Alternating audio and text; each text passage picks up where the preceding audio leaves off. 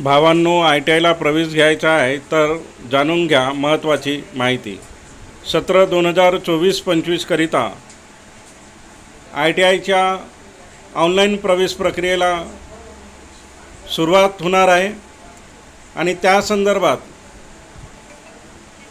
महाराष्ट्र शासन कौशल्य विकास, रोजगार, उद्योजकता व नाविन्यता विभागाअंतर्गत व्यवसाय शिक्षण व प्रशिक्षण संचालनालयाअंतर्गत राबविण्यात येणाऱ्या 418 शासकीय ITI व 608 खाजगी ITIमध्ये केंद्रीय ऑनलाईन प्रवेश प्रक्रियेला सुरुवात होत आहे।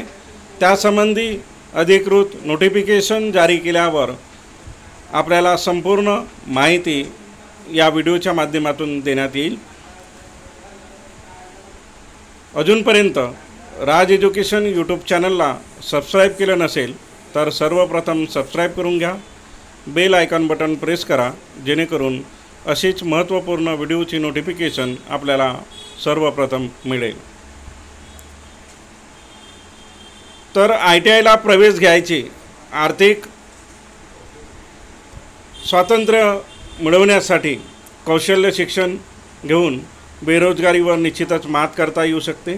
तेव्हा ITIला प्रवेश घेताना सर्व उमेदवारांनी आपला मोबाईल नंबर हा ITIची प्रवेश प्रक्रिया आणि प्रशिक्षण पूर्ण होईस्तव बदलता येणार नाही याची खात्री करून घ्यावी आणि ITIचे ऑनलाईन फॉर्म भरत असताना आधार कार्डसोबत आपला मोबाईल हा लिंक करून घ्यावा। सोबतच आधार कार्ड आणि आपले 10वीचे गुणपत्रिका, TC यामधील आपले उमेदवाराचे संपूर्ण नाव, आडनाव आणि सर्व नावं याची स्पेलिंग एकसारखी असावी याची सुद्धा खात्री करून घ्यावी। अन्यथा अनेक गोष्टींचा मनस्ताप आपल्याला सहन करावा लागतो। तेव्हा ITIच्या प्रवेश प्रक्रियेमध्ये मोबाईल नंबर हा उमेदवाराचाच असावा याची खात्री करावी।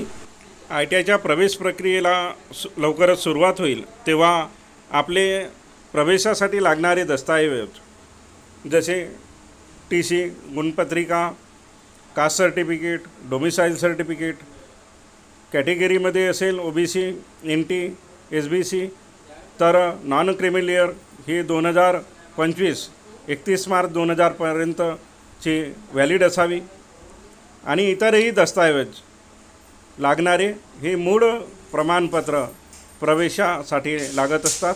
ऑनलाईन अर्ज केल्यानंतर प्रवेश अर्ज निश्चित करतानाच हे सर्व डॉक्युमेंट्सची आपल्याला मूळ प्रत दाखवावी लागते। तेव्हा चला मग आपले डॉक्युमेंट्स तयार करायला आणि ITIला प्रवेश घेताना महाराष्ट्रामध्ये एकूण 80 व्यवसायामध्ये प्रवेश दिला जाते। वेगवेगळ्या ITIमध्ये वेगवेगळ्या स्कीमनुसार हा प्रवेश दिला जातो। तेव्हा आर्थिक स्वातंत्र्य मिळवण्यासाठी चला करू ITI आणि करू बेरोजगारीवर मात। धन्यवाद।